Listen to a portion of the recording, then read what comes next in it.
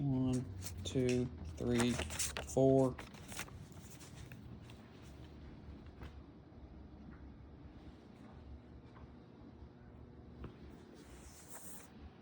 There you go. All right.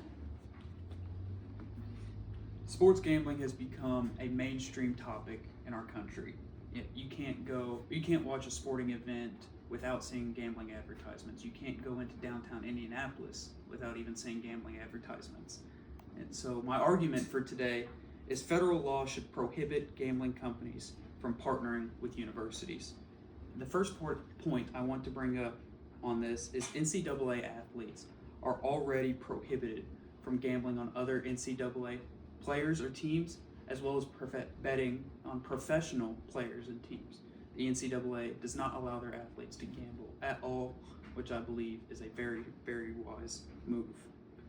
I believe also the integrity of college sports could be at risk when you bring in sports gambling on college campuses.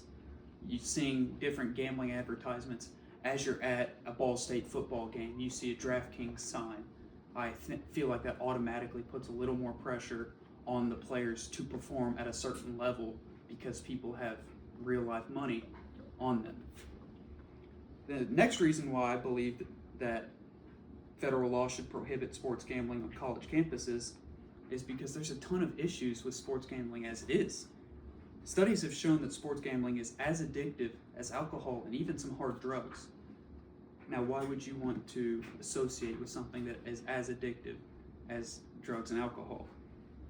Dr. Rolando Gonzalez, in an article posted on February 10th, 2025, per leehealth.org, had a quote that reads, "The excitement of gambling and the chance of a big win can stimulate the brain's reward system, much like drugs and alcohol, which can cause addictive behavior."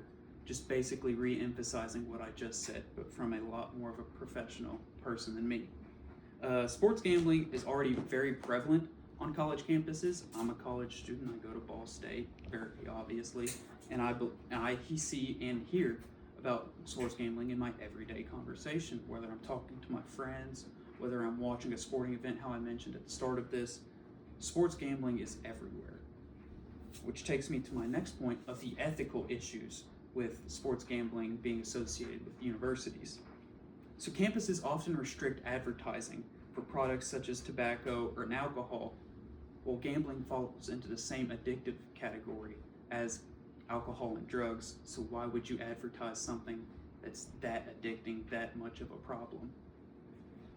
Another reason, ethical reason why, is sports gambling could conflict with the educational mission that universities strive towards by accepting money for the sake of having the money. The universities, if partnered with gambling companies, would also profit every single time a student loses money.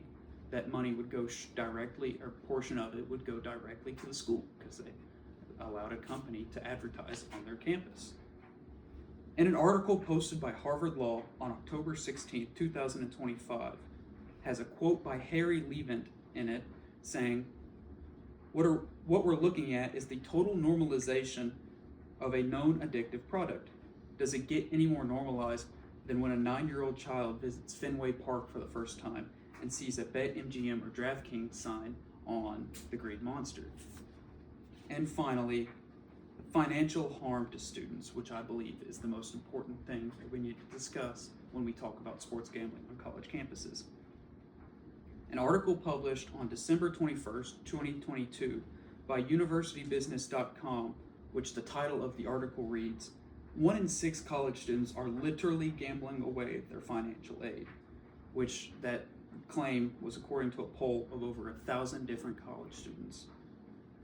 And a quote from that article reads, "Consistent sports gambling leads to decreased quality of life, poor mental health, heavy substance use, financial issues, damage to social relationships, and on top of all of that, an adverse impact on work and education environments." The entire point of a university is to provide education and growth for the younger generation that's going into adulthood. Why would you put any roadblocks in the way of that? And now I'll open the floor up to questions from the crowd. You cut it out if I like have to finish the thing, right? You have a question? Not yet. But I was just wondering if you could like edit it or how to do it all. What type of gambling does the DraftKings or those companies kind of gear towards? Is it a specific sport? So it's actually not specific sports that they gear towards. They do pretty much everything. You can bet on an NFL Sunday. You can bet on any NBA game. They have stuff that's even like Chinese. What's it called? It's not pickleball. What is it? Ping pong. Chinese ping pong tournaments. If you are really into that stuff, you can gamble on it. You can gamble on almost anything. There's actually this app called Kalshi now, where you can gamble on literally the weather and what the weather's going to be that day. Like you can gamble on anything nowadays.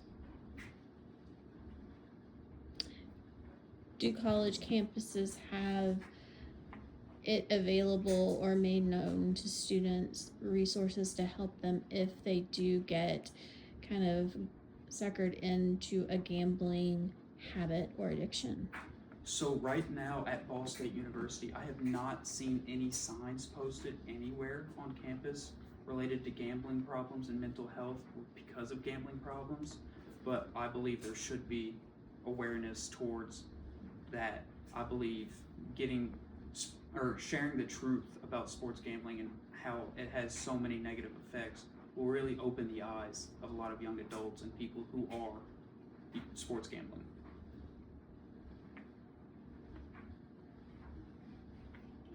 Do you know any athletes that have been directly affected because of sports gambling, sports betting? Yes, actually, there were some college athletes, I believe, around 16 some odd schools that got caught with athletes doing involved in a point shaving scheme, which is simply put the players playing below what they should be in order for a point line to be hit, whether that's in the first half or the end of the game. And recently, in the